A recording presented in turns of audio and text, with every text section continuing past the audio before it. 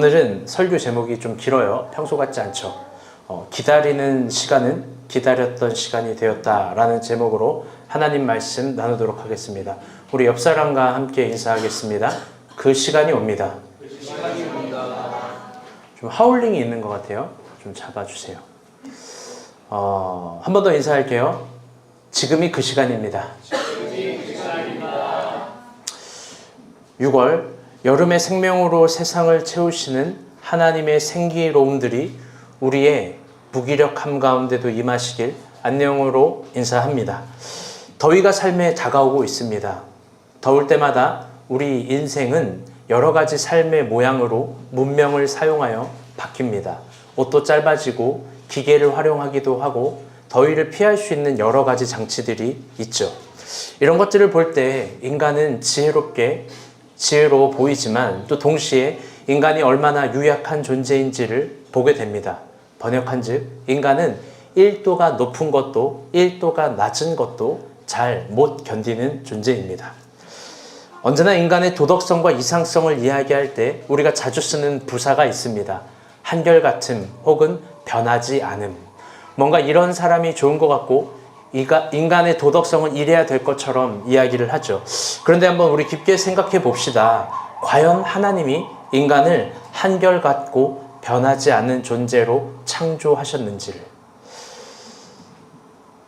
물론 변화와 변질은 완전 다른 성질의 것입니다. 그러나 오히려 하나님의 창조는 인간에게 끊임없는 변화를 요구합니다. 하나님의 말씀이 우리 가운데 주어질 때도 인간의 변화를 요구하고 본토 친척 아비 집을 떠나라 할 때도 변화를 요구하셨고 그리고 십자가를 질 때도 하나님은 인간에게 변화를 요구하셨습니다. 그렇기 때문에 어쩌면 이 세상의 가장 큰 게으른 언어야말로 변하지 않으려는 한결같은 그런 나의 존재를 한결같이 지키려는 몸부림인지도 모르겠습니다. 한 주 동안 많은 일들이 있었습니다. 여러분 잘 알겠지만 대선이 끝났습니다. 이제 우리나라에 새로운 대통령이 뽑혔습니다. 그런데 저 개인적으로 이번 대선 그리고 뽑힌 대선 이후에 인상 깊었던 두 가지 모습이 있었습니다. 첫 번째는 대통령의 인사 발탁과 두 번째는 첫 번째 국무회의였습니다. 첫 번째 국무총리 지명자로 김민석 의원이 거론이 되었습니다. 그런데 김민석 의원은요, 제가 어릴 때부터 영등포구 신길동에서 활동하던 정치인입니다. 그래서 지나가다가 혹은 어떤 모임에서 그리고 지금 재개발되고 있는 이 지역 모임에서 종종 몇 번 마주친 적이 있습니다. 사석은 아니었지만 대화한 적도 있고 의견을 물어본 적도 있습니다. 그런데 그 사람이 우리나라를 이끌 국무총리가 된다니 조금은 신선하고 새롭게 느껴졌습니다. 번역한즉 여러분 신길동에서도 됩니다. 할렐루야. 생각해보니 신길동에서 되는 것들이 덜어 있습니다.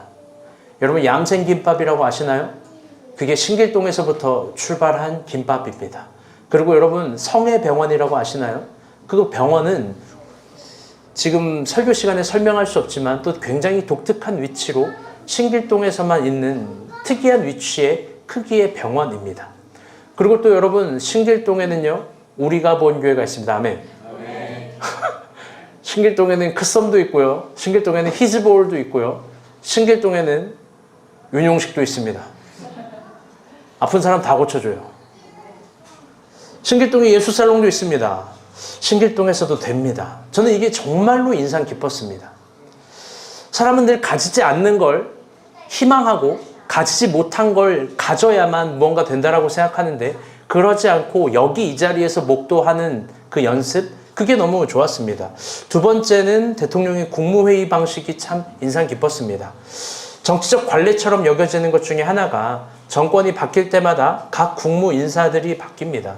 그런데 이번 대통령은 최소한의 인원만 선발시켰고 물론 아직 다 한 건 아니지만요. 나머지 30명은 전 정권의 장관직을 포함한 관료들을 함께 회의에 진행시켰습니다. 그들이 사표를 써도 사표를 반려시켰습니다. 무슨 말이냐? 지난 3년간 자신을 비난하고 반대했던 대부분의 사람들과 첫 국무회의를 진행한 거죠. 물론 이 자체가 무엇을 의도하는지 무엇을 의미하는지 모릅니다. 또 어떤 결말을 맺게 될지도 모르겠습니다. 그런데 만약 이게 대통령이 단순히 누군가를 골려주기 위한 심사라면 이건 아주 유치한 발상입니다. 그러나 만약 이게 정치적 통합을 위한 거대한 발걸음이라면 이 프로세스는 아주 인상 깊은 겁니다. 우리 한번 의심해 봅시다. 유치한 사람일지 큰 사람일지. 이번 주는 현충일이었습니다. 나라를 위해서 목숨을 바친 분들을 기리는 시간이죠. 저는 천국 하나님 나라에도 현충일 같은 것들이 있을까 하고 기대해 봅니다.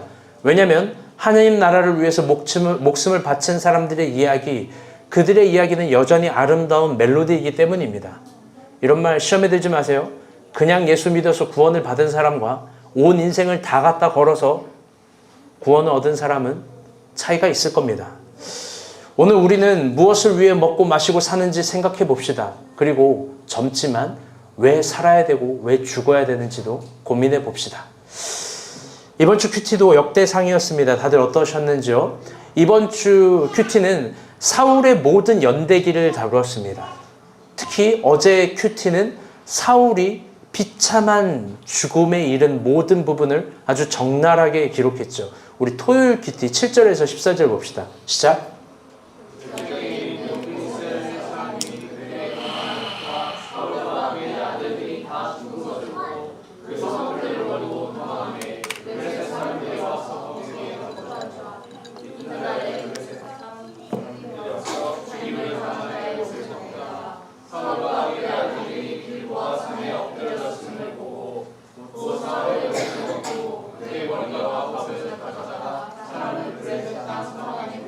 모든 이방 신정과 그 모든 백성에게 소식을 전하고 사울의 갑옷을 그들의 신전에 두고 그의 머리를 다곤의 신전에 단지라. 사울이 죽은 것은 여호와께 범죄하였기 때문이라.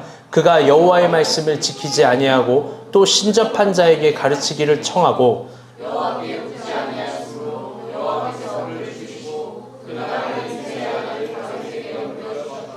아멘. 이게 역대기, 왕들의 역사를 기록하는 사울의 본 모습이자 진짜 모습입니다. 성경을 보게 되면요, 사울의 등장은 굉장히 화려합니다. 그는 이스라엘의 초대의 왕으로서 백성의 분열도 없이 모든 백성들의 응원과 지지와 주목을 받습니다. 그의 오른쪽엔 구약에서 가장 걸출한 선지자, 최고의 선지자라고 불리는 마지막 사사인 사무엘이 함께 있고요. 그의 왼쪽에는 블레셋의 골리앗마저도 두려워하지 않고 한 방에 쳐 죽여버리는 최고의 장군인 다윗이 있습니다. 그의 옆에 사무엘과 다윗이 있습니다. 그건 마음만 먹으면 무엇이든지 할 수 있는 사람입니다. 그런데 사울의 퇴장은 이스라엘의 가장 비참한 결론입니다. 그는 하나님을 버리고 선지자를 버리고 가족을 버리고 자신의 충신을 버립니다. 그는 하나님이 보내주신 수많은 영광과 은혜를 버리고 미치광이가 됩니다. 그래서 그의 말년은 어떻게 되냐? 여러분 알겠지만, 읽었겠지만 결국 자살을 하는 거예요. 그런데 그 자살을 한 거로 끝이 아니라 아주 처참한데요. 그의 갑옷은 블레셋 지역으로 다 가게 되고 그의 몸은 두 동강이로 나뉘어서 그의 몸은 블레셋 신전에, 그의 머리는 블레셋의 제물로 바쳐집니다. 아주 비참하고 처참합니다. 저는 설교를 준비하면서 성경을 연구하면서 생각해 보게 되었습니다. 아니, 사울이 어떻게 저 지경까지 된 걸까? 어떻게 저 지경까지 저렇게 비참해지는 걸까? 사울의 비참한 퇴장과 그의 타락을 여러 가지 부분으로 생각해 보게 되었습니다. 그런데 또 여러 가지로 해석할 수 있지만 결론적으로 이런 얘기를 오늘 설교의 초대에 두고 싶습니다. 그가 왜 이렇게 됐냐? 그 모든 이유는 나가서 들어볼게요. 교만입니다. 성경을 보게 되면요, 그 사람만큼 교만한 사람이 보기가 힘듭니다. 우리 말씀 한 절만 봅시다. 사무엘상 13장 12절에서 13절입니다. 시작. 9절부터 읽을게요. 시작.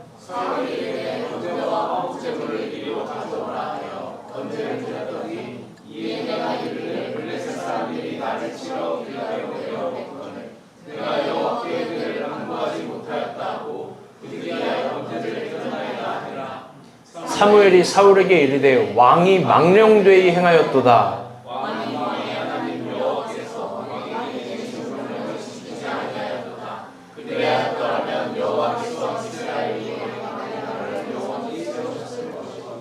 아멘. 우리가 성경 공부 때도 지속해서 사울에 대해서 살펴보고 있습니다. 사울의 여러 가지 교만이 있지만 이 본문은 그가 품은 최초의 교만한 모습입니다. 지금 사울은 블레셋과 전쟁 중에 있습니다.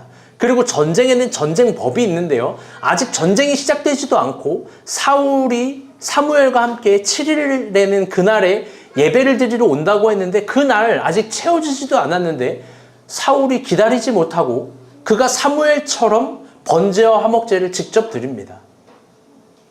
사울은 자신의 행위를 이렇게 본문을 통해서 얘기합니다. 부득불 어쩔 수 없었다고. 여러분, 우리도 대부분 그럴 겁니다. 하나님께서 주신 경계와 시간, 어떤 법칙을 어길 때 늘 이런 얘기를 합니다. 부득불 어쩔 수 없었다. 어쩔 수 없다. 부득불. 그런데 사무엘은 그에 대해서, 그 변명에 대해서 이렇게 얘기합니다. 그건 망령된 일이라고. 그렇게 우리는 첫 번째 사울의 교만에 대해서 생각해야 될 지점이 있습니다. 그건 뭐냐? 사무엘의 책망처럼 그가 망령된 일을 행했다는 겁니다. 여러분, 물어볼게요. 망령된 일이라는 게 뭘까요? 망령된 일.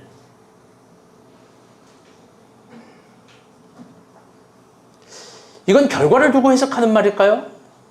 이게 히브리어로요, 사칼이라는 단어인데요. 이건 어떤 결과를 해석하면서 행위를 판단하는 일이 아닙니다.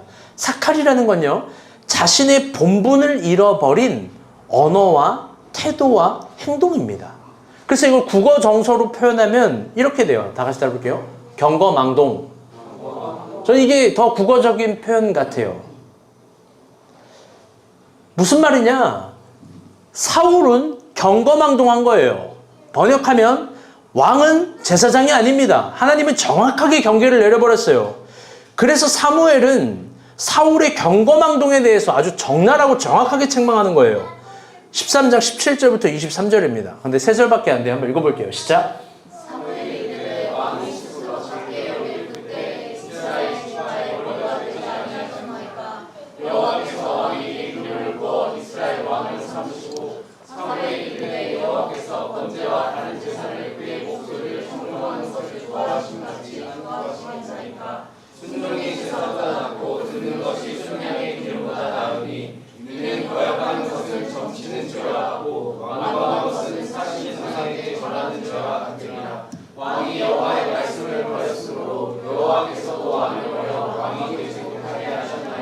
아멘. 경거망동한 사울에 대해서 사무엘은 지체하지 않고 책망합니다. 왕한테 이렇게 얘기해요. 당신이 스스로 작게 여길 땐 하나님이 나타났습니다. 여러분, 이거 무서운 말이에요. 왕한테, 왕 제일 높은 사람이잖아요. 그런데 그 왕한테 너는 왜 스스로 낮게 여기지 못해? 왜 하나님 말씀 앞에 너는 낮아질 수 없는 거야? 그리고 아까 본문 읽었지만 그는 신접한 자에게 가르침을 청합니다. 자기에게 좋은 말 해주는 사람에게는 늘 좋은 걸 주는 거예요. 사울은. 언젠가도 여러분에게 늘 이야기하지만 여러분을 책망하고 바르게 이야기하고 좋은 방향을 잡아주는 사람이 있다면 그 사람을 긍정해야 되는 거예요. 그 사람을 사랑해줘야 되는 거예요. 예를 들어볼게요. 얘예요. 주영자매가 양치질을 안 했어요. 그래서 막 입냄새가 나요. 그래서 목사님이 야, 너 양치질 좀 해라. 이게 상처받을 말입니까? 아니죠. 우리 지원 간사가 여기서 맨 처음에 일할 때 목사님이 아무 말 안 하다가 이제 이거 뭐야, 이제 하도 하는 게 많아가지고 사진 찍는 거 뭐야, 포마이티니를 할 때 목사님이 이랬어요. 화장 좀 하고 다녀라. 상처 주려고 하는 말이에요? 아니, 딱 봐도 고등학생처럼 아디다스 잠바 하나 입고 맨날 이렇게 오는 거예요, 사장이. 여러분, 그런 게 사랑으로 하는 말입니다. 아멘? 그래가지고 지금 눈이 약간 좀 상처받은 눈이야, 둘이. 그래요. 당황했어, 지금. 잘 들어봐요. 하나님은 사울을 왕으로 부르셨어요. 왕으로 부르셨고 왕에게 부른 사울에게 요구하는 태도와 신앙이 있습니다. 그건 왕으로서 무언가를 기대하는 것이 아니라 이스라엘의 왕이라면 마땅히 그 아래에, 하나님 말씀 아래에 순복하고 낮아지고 따르라는 거예요. 하나님 말씀 가운데 가장 낮은 마음으로 진실하게 따르라는 게 여호와가 원하는 왕의 요구였어요. 그래서 제가 얘기했잖아요. 멜레크와 나기드의 차이점. 그런데 결론적으로 사무엘은요, 하나님이 제시한 그 모든 기준에 맞추지 못합니다. 그 모든 기준에 자신을 희생하지 못해요. 자신을 깎거나 다듬거나 작게 여기지 못해요. 사울은요, 진정 모든 시간, 모든 판단, 모든 영역에서 경거망동하는 거예요. 자신의 말이 하나님의 뜻이래요. 자신의 욕망이 하나님께서 원하는 마음이래요. 그는 하나님께 순종하지 못하고 하나님께서 세우신 것들에도 순종하지 못합니다. 결국 그는 그렇게 타락합니다. 그게 그의 경고망동의 열매예요. 교만의 열매입니다. 결국 어떻게 되냐? 비참한 죽음을 맞이하게 되는 거예요. 비참한 죽음. 우리가 본 교회는 선교를 갔다 온 지 한 주가 지났습니다. 한 주가 지나니까 많이 바뀌는 것들이 있어요. 일단 우리 주영 자매님은요, 많이 웃어요. 그리고 딱 회의 한 주 했는데 우리 지원 간사랑 인간사는 은비 간사 얼굴이 새까매져요. 또 이제 하루 종일 혼나고 또 혼나고, 오늘 아침에도 혼나고, 어제 저녁에도 혼나고, 금요일도 혼나고. 여러분 뭐 저를 이상하게 생각하면 안 돼요. 꼬투리 잡아서 혼내는 게 아니라 이 간사님들이 혼날 짓을. 그래요. 어쨌든 한 주가 지났습니다. 여러분 이제 긴장이 풀리고 행복하셨는지 모르겠습니다. 그런데요, 저는 우리가 본 교회 리더로서 긴장을 풀지 못하고 오히려 더 긴장하는 한 주가 되었습니다. 정말이에요. 왜 그러냐? 그건 6월 마지막 주에는요, 우리가 본 교회에서 새로운 목자들을 뽑아야 하는 또 굉장히 긴장된 결정을 해야 되기 때문입니다.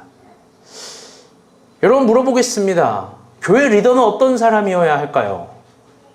보통 교회에서 리더를 뽑는 방식들이 있습니다. 우리도 그런 방식을 따라야 되는 걸까요? 우리가 본 교회에서 처음 사람을 뽑을 때는요, 아주 단순하게 직업과 귀천, 가진 것과 못 가진 걸 따져 묻지 않고 처음에 교회에 들어와서 교회를 섬긴 순서대로 사람을 뽑았습니다. 전 그게 진짜 교회다운 결정이었다고 생각합니다. 그래서 처음 세워졌던 사람들은 굉장히 크게 헌신을 했습니다. 목사님께 많은 꾸지람을 듣기도 하지만 우리 인간사님만큼 교회 헌신한 사람 없을걸요? 있나요? 이름 걸고 나와봐요. 아무도 없어요. 우리 찬윤 형제만큼 헌신했던 사람이 없을 거예요. 우리 선아가 안 왔는데. 그래요. 물론 지금도 그 질서가 유효하나 지금은 새 술은 새 부대에 담아야 됩니다. 또 그런 시간이 왔어요. 새로운 기준이 필요해요. 그래서 그것이 어떤 기준일까 고민해 봤어요. 나조차도 자신이 없는 거예요. 어떤 기준으로 새로운 목자를 뽑아야 되는 건가? 교회의 새로운 리더를 아주 조심스럽게 뽑아야 되는데 어떤 사람을 뽑아야 될 것인가? 그런데 오늘 본문을 통해서 하나님이 말씀해 주시고 알려주시는 거예요. 본문의 의미를 따라가는 거예요. 그건 뭐냐? 일어나 경거망동하지 않는 사람 뽑자. 하나님 진짜 저에게 그런 마음 주세요. 경거망동하게 목자로서 자신의 본분을 잃어버리지 않는 사람, 목자로서의 언어와 태도를, 자세를 잃어버리지 않는 사람, 번역한즉 교만하게 말하고 행동하지 않는 사람, 그런 사람 어떤 기준일까요? 여러분 이게 굉장히 어려운 기준이에요. 보통 교회에서 뽑는 직업과 헌금과 무슨 재산과 뭐 그런 거 안 봐요.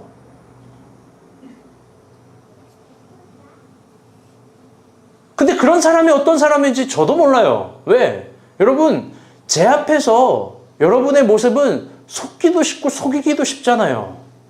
신앙이라는 게 그런 거 아닙니까? 서로 속이기도 쉽고 속기도 쉬워요. 어떤 사람이 그런 사람인지 몰라요. 그래서 모든 걸 백지화한 상태에서 일주일 동안 기도원에 갑니다.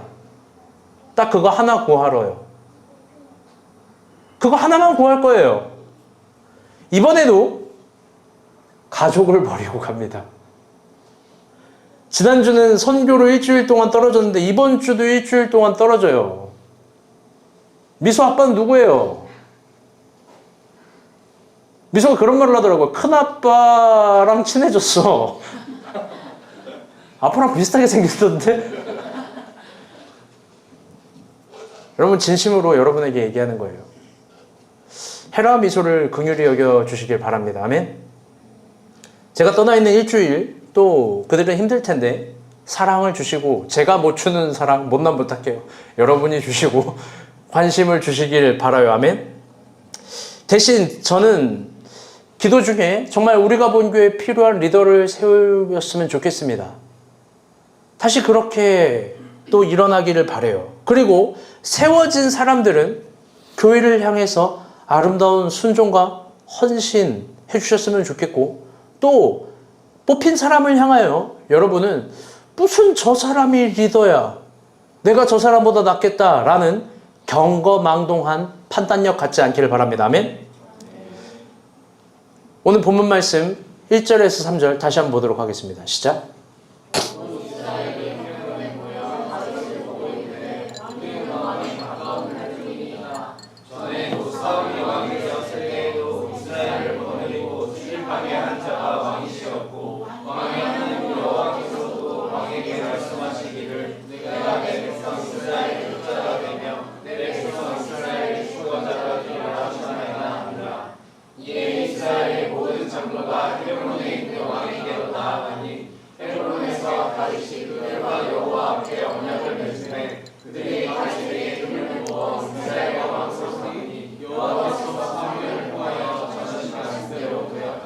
아멘.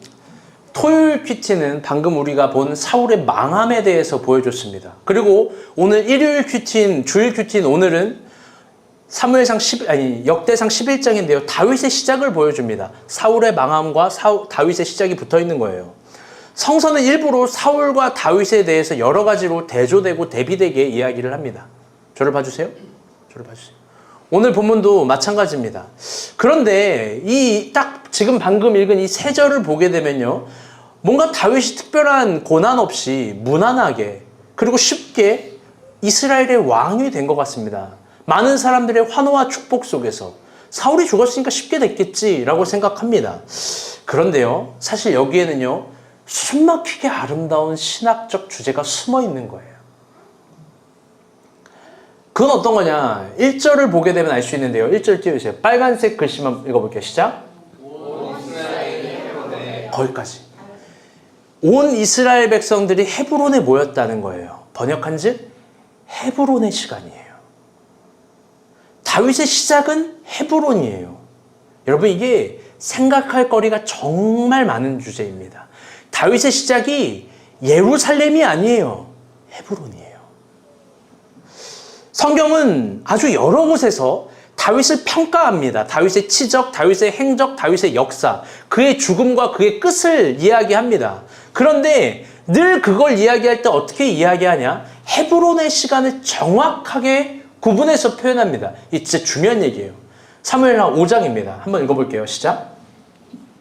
이스라엘 모든 지파가 헤브론에 이르러 다윗에게 나와 이르되 보소서, 우리는 왕의 한 족속이니이다. 다윗이 나이가 30세에 왕위에 올라 40년 동안 다스렸으되 헤브론에서 7년 6개월 동안 유다를 다스렸고 예루살렘에서 33년 동안 온 이스라엘과 유다를 다스렸더라. 아멘. 역대상 29장도 봅시다. 시작.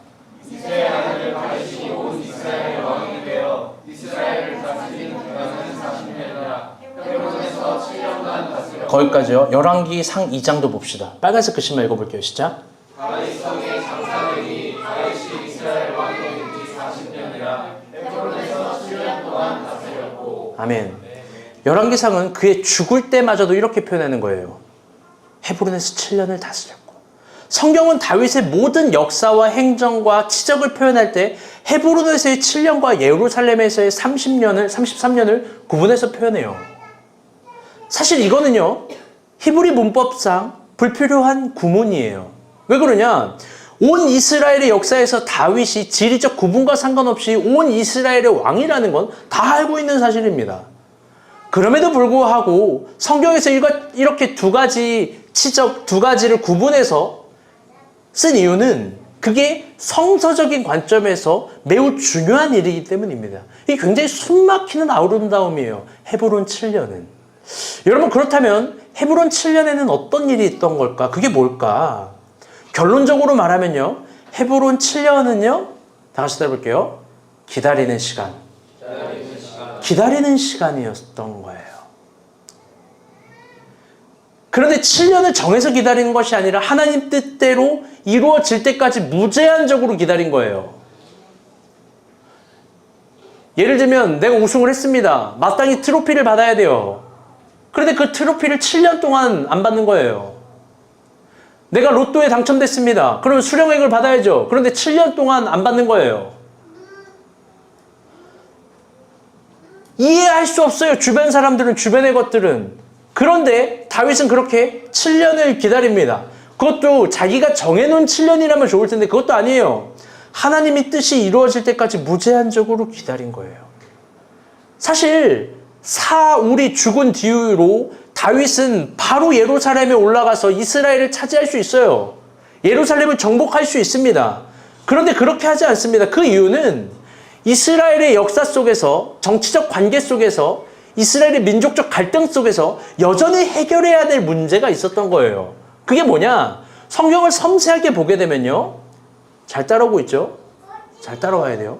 사울이 죽고 나서 바로 다윗이 왕이 된 게 아니라 사울이 죽고 나서 사울을 따르는 지파들이 그의 네 번째 아들인 이스보셋을 사울의 후계자로 세워버려요. 즉 사울이 죽었다고 다윗을 모두가 따른 것이 아니에요. 그래서 자연스럽게 남유다는 다윗을 따랐고 북이스라엘은 이스보셋을 따랐습니다. 물론 이때부터 다윗이 가진 군사력과 정치력은, 정치적 힘은 이스보셋과는 비교를 할 수가 없는 거예요. 100분의 1 같은 거예요. 다윗이 압도적으로 강합니다. 그런데 그는 결코 힘을 이렇게 사용하지도 않고 그런 힘의 방식으로 문제를 해결하지 않습니다. 여러분, 이게 중요한 신앙의 오늘 배움에 있을 거예요. 어떤 지점은요, 힘의 방식으로 문제를 해결하면 안 되는 게 있는 거예요. 우리 신앙의 세계는. 그때 다윗이 선택한 방법은 뭐냐? 그러면 그 시간을 기다리는 거예요. 왜? 왜 그는 기다릴 수 있을까? 왜 기다림을 택했나? 그의 사무엘이 그에게 그렇게 가르쳤기 때문이에요. 사울의 신접한 자는 다윗을 죽이라고 가르쳤겠지만 다윗의 사무엘은 사울을 기다려라. 이겼음에도 불구하고 헤브론 7년을 기다리라고 이야기한 겁니다. 이게 굉장히 중요해요. 그래서 그는 헤브론으로 갔고 예루살렘을 공석으로 만들어요. 그 후 이스보셋은 2년 뒤에 정치적인 암살을 당합니다. 그런데 재미있게, 그러면 이제 사울을 따르는 사람들이 따라와야 되는데 사울을 따르는 장로들, 이스보셋의 장로들이요, 여전히 다윗을 오지 않습니다. 다윗에게 오지 않습니다. 물론 이때도 다윗은 모든 걸 힘으로 장악할 수 있는 능력이 있죠. 그런데도 힘을 그렇게 쓰지 않고 기다리고 또 기다립니다. 그리고 헤브론에 있어요. 그게 몇 년이냐? 5년이에요. 그래서 이스보셋이 죽은 2년, 그리고 기다린 5년, 도합 7년. 그게 바로 헤브론에서 7년 동안 있었다라는 의미입니다. 이스보셋의, 그리고 7년 만에 오늘 본문 3절은 이스보셋의 장로들, 온 이스라엘의 장로들이, 사울의 장로들까지도 다 찾아와서 뜻을 모은 거예요. 3절 말씀 다시 한번 봅시다. 시작.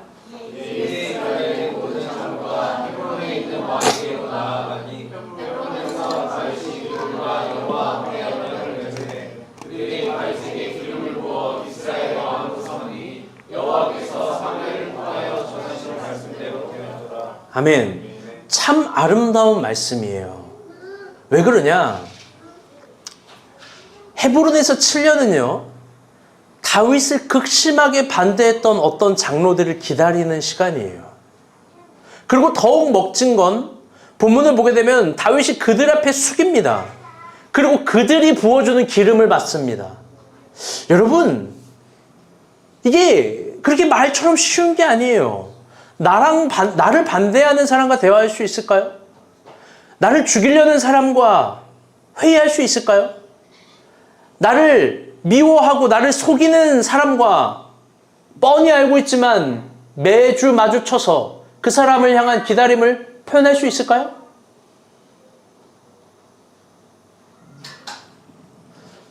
다윗이 그렇게까지 한 이유는 그는 인식하고 있었어요. 진정 큰 사람인 거예요. 사울의 모든 사람들마저도 하나님께서 주신 이스라엘의 백성들이라는 거예요. 그래서 다윗은 그들을 반대하며 그들을 정죄하며 그 집중력으로 힘을 키우지 않습니다. 오히려 그들을 기다리면서 힘을 뺍니다. 그게 헤브론에서 다윗이 기다렸던 7년이에요. 사랑하는 우리가 본 교회 성도 여러분, 잘 들어보세요. 지금 여러분은요, 어느 정도 이제 일정 수준이 됐어요. 일반 교인들이랑 좀 다르죠? 어제도 얘기했잖아요. 똑같은 3040을 살아가는데 그들이 두려워하는 것과 우리가 추구하는 건 매우 다르다고.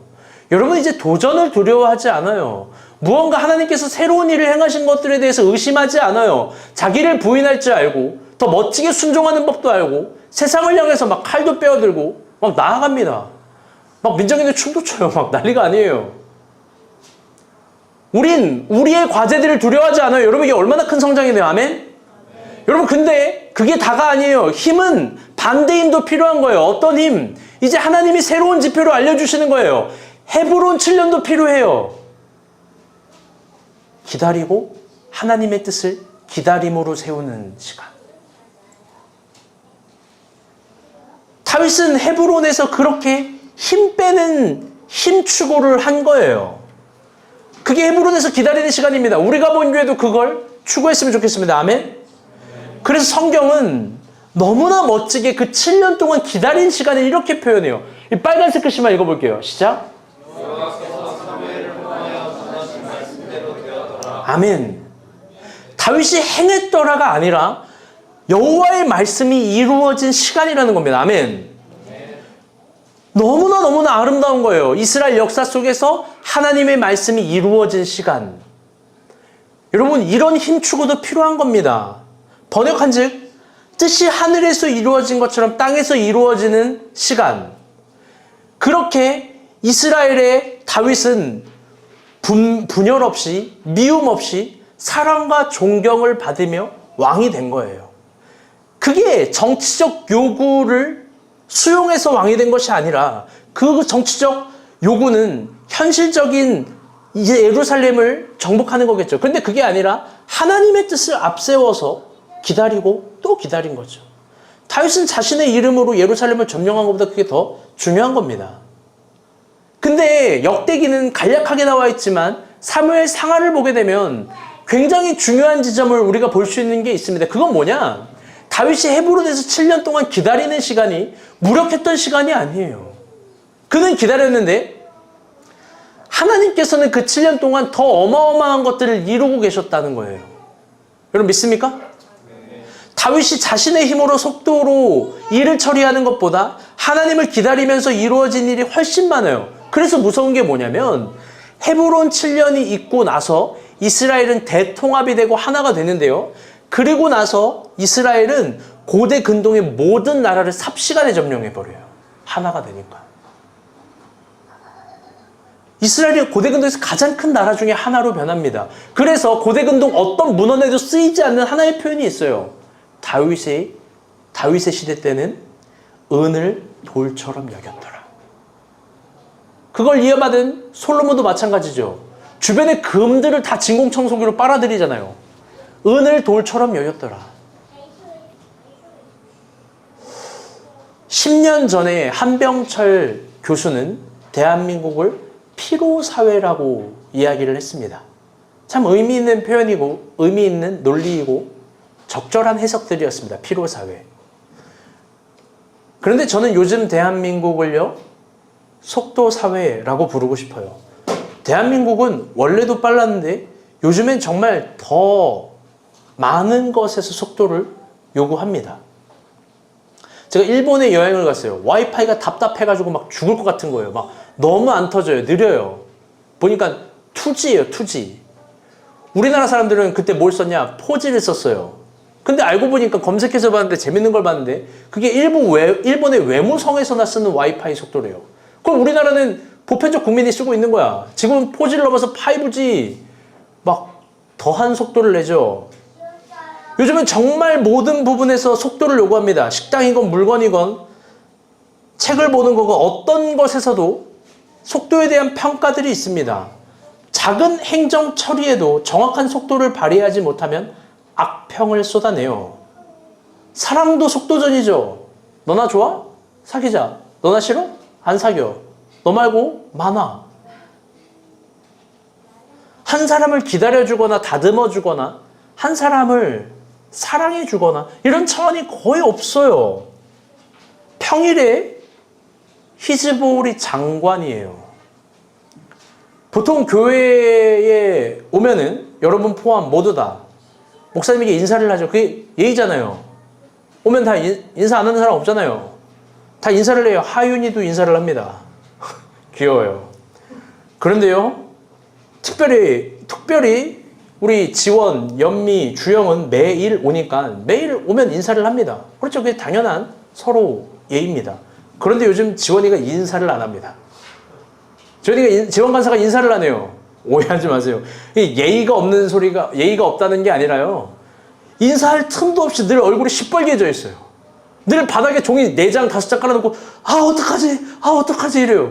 왜 그래? 그러면 말을 거는 순간 배민 온 이 소리가 나면 막 이러면서 막 일을 해요. 저기서 같이 일하는 민정자매 언니가 있어요. 미니 씨라고 민정자매 언니예요. 고개를 이렇게 숙이고 몸을 막 로봇처럼 이렇게만 움직여요. 배민 온 더 빨라져요. 그 소리만 내면 부스터같이 더 빨라져. 우당탕탕 요리를 해냅니다. 들어보니까요, 수락하고 15분 안에 조리를 완성하지 못하면 검색 순위에서 밀려난대요. 그래서 그걸 유지하기 위해서 엄청난 속도전을 펼치는 거예요. 그 모습이 안쓰럽기도 하면서 동시에 아름답기도 합니다.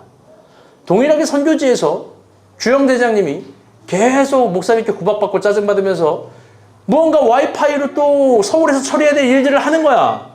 속도가 안 나니까 여러분 봤어요? 이게 바보 아니에요? 막 이러면 진짜 빨라지는 줄 알고 막 이러고 있잖아요. 그 모습이 안쓰럽기도 하고 아름답기도 합니다. 여러분, 그런데 한번 물어봐 봅시다. 우리 다 마찬가지 아닙니까? 여기에 자유할 수 있는 사람이 있습니까? 우리가 사는 사회와 회사 속에서 속도의 노예로 우리를 구속하기를 바라잖아요. 이 사회는 속도 사회입니다. 속도를 긍정해요. 속도에 대한 가격과 평가와 양과 질을 요구해요. 왜? 이 사회는 속도가 능력이라고 생각하니까, 속도가 조건을 건설할 수 있다고 생각하니까 결국 속도를 최대치로 활용해서 시간과 돈을 사려고 하는 거예요. 그렇죠? 그런데요, 그 속도에 속지 말아야 될 게 있어요. 속도가 절대로 못 만들어내는 게 있어요. 그건 뭐냐? 속도가 살 수 없는 것이 있어요. 그건 뭐냐? 바로 다 같이 따라보겠습니다. 하나님의 서사들. 하나님의 서사, 하나님의 나라. 여러분, 그건 속도를 올릴 수 있다고 살 수 있는 성질이 아니에요. 여러분, 사울 봐봐요. 그는 아무것도 기다리지 못했어요. 오히려 자신의 속도를 올렸어요. 힘을 최대한으로 올리는 속도를 올렸습니다. 그런데 그가 하나님이 주시는 시간을 만날 수 있었을까요? 하나님이 주신 의미를 만날 수 있었을까요? 그가 속도를 올려서 한 건 뭐냐? 아말렉 전투에서 수많은 전리품을 취했습니다. 속도를 올려서 부자가 됐습니다. 속도를 올려서 사람들에게 환호를 얻습니다. 여러분, 그런데 성경이 그를 어떻게 기억하는지 알아요? 부자가 아니라 도둑놈으로 기억해요. 사울을 속도가 빠른 사람으로 이야기하는 것이 아니라 하나님을 버린 놈으로 기록해요. 여러분, 속도가 빨라서 부자가 되면 뭐합니까? 하나님을 버렸는데.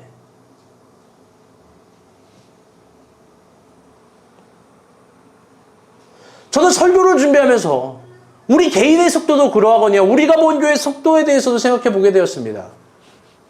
속도를 생각할 땐 늘 한 가지 문법만으로 해석해요. 빠른가 느린가. 여러분, 어떻게 생각해요? 우리 교회는 빠릅니까 느립니까? 여러분, 개인의 인생은 어떤가요? 빠른가요 느린가요? 젊은 나이에 좋은 차를 타고 젊은 나이에 좋은 집을 사고 젊은 나이에 좋은 직장을 가면 빠른 건가요? 오늘 본문의 기준인 역대기는 새로운 기준을 제시해요. 전혀 다른 지점을 말하는 거예요. 여러분, 역대기가 어떤 성경입니까? 왕들의 평가 기준서잖아요.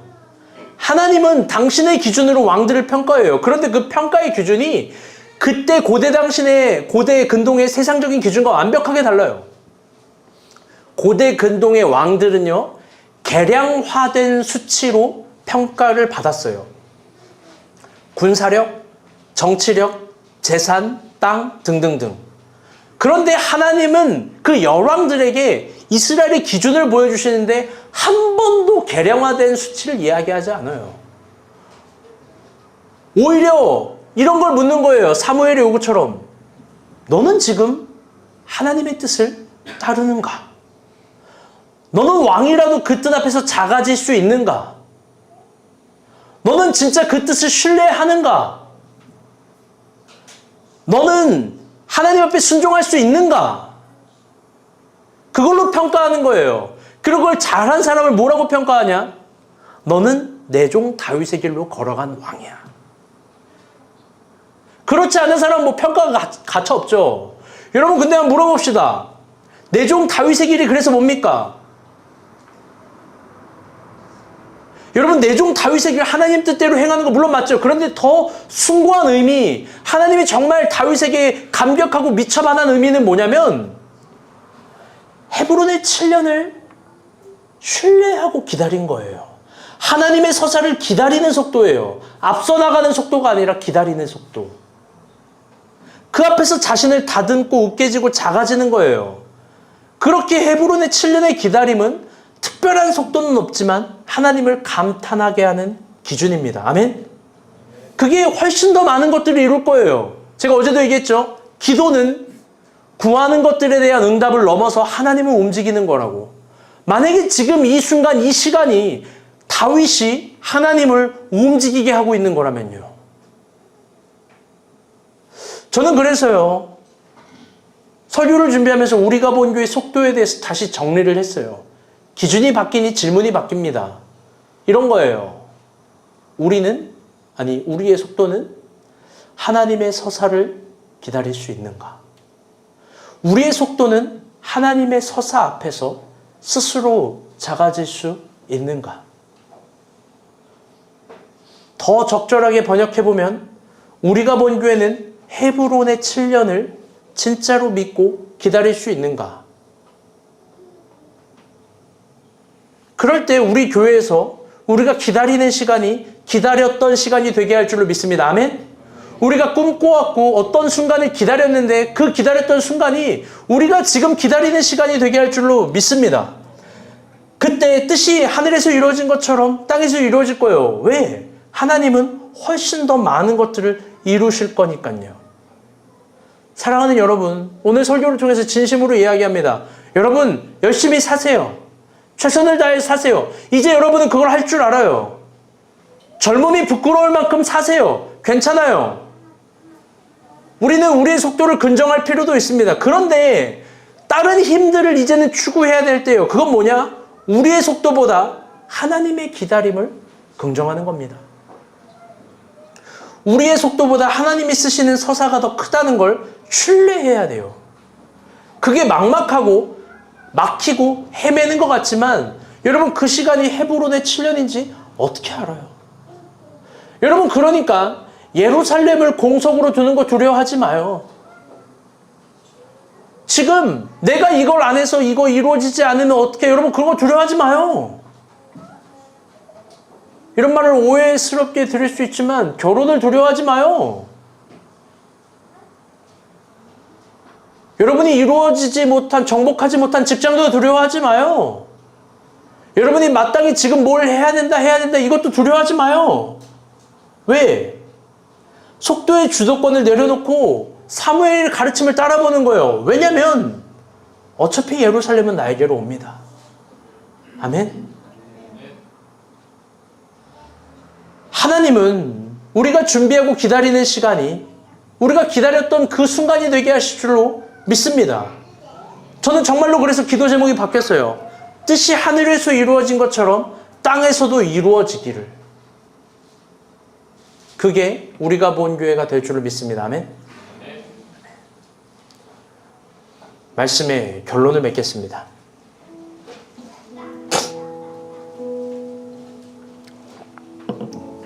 사진 하나 볼까요? 여러분 이게 뭔 차인지 알아요? 폰이에요. 이거 실제로 본 사람이 있나요? 옛날에 보셨어요? 어머니 타보셨나요? 좋던가요? 제가 최근에 읽은 가장 감명 깊은 책 중에 하나가 포니라는 책이에요. 현대에서 포니를 어떻게 만들었는지에 관한 책을 이제 쓴 거예요. 재밌어요. 여러분 다 사주고 싶을 정도예요. 정주영 회장이 먼 들판을 바라보면서 처음 포니 개발을 할 때 이런 말을 한 거예요. 먼 들판을 보면서 지금은 저기에 사람들이 걸어 다니는데 언젠가는 자동차로 꽉 차서 막힐 날들이 반드시 올 거다. 그걸 1950년대 올림픽 공원이 만들어지는 그 강동구 지역쯤에서 한 이야기래요. 그때는 우리나라도 차가 가득 찰 거라고 확신한 거죠. 그 땅콩밭에서. 그때 정주영 회장 나이가 50살이에요. 그걸 볼 수 있는 사람이 있을까? 그걸 볼 수 있는 사람이 있을까? 정주영 회장은 그걸 믿고 기다리고 그동안 현대라는 기업이 만들어낸 모든 재정적인 에너지를 다 투입해서 저 차 한 대 만든 거예요. 마이너스가요? 잘 들어봐요. 이게 중요한 얘기야. 마이너스가 그동안 번 것보다 많이 된 거예요. 저 차 하나 만들려고. 일본 미쯔비시사랑 계약하다가 속아가지고 마이너스 몇백억, 독일에 무슨 디자이너 데리고 오고, 또 일본에 누구 데리고 오고, 뭐 데리고 와도 자동차 개발이라는 그 특허권과 기술과 노하우를 잘 안 알려준 거예요. 근데 정주영 회장은 불굴의 사람이잖아요. 야, 니네가 이거 안 알려줘? 그럼 어셈블리를 우리가 만들 거야. 공장 자체를 만들어버린 거예요. 그런데 공장 자체 만드는데 11년이 걸렸어요. 아직 차도 안 만들었는데. 근데 만든 거예요. 그 누구냐? 이충구라는 사람인데, 이충구의 노트라는 게 있는데, 근데 이 사람도 대단해요. 독일에 가서 1년 동안 모든 회의를 손으로 다 쓰고 기록하고 수치 재고, 약간 박찬용 같은 사람인데, 그거를 그대로 종이로 한 걸 찍어가지고 현대 자동차 공장을 만들어버린 거예요.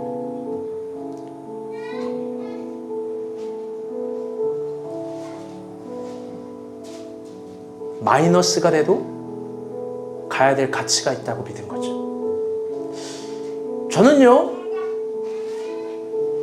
우리가 본 교회가 기다리는 시간이 저 포니 자동차 같은 시간이 되리라 확신해요.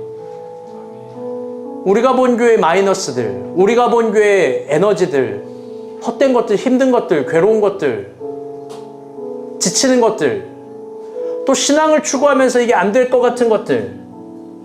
그런데 조금만 지나봐요. 그게 다 응답될 거예요. 아멘? 헤브론의 7년처럼 여러분이 한 기도가 다 여러분에게 올 거예요. 진짜 믿습니까? 우리가 진짜로 추구하면서 했던 기도가 다 이루어지는 시간이에요. 우리가 그렇게 포니를 만들 줄 믿습니다. 우리 같이 찬양하고 기도하면서 나아갑니다.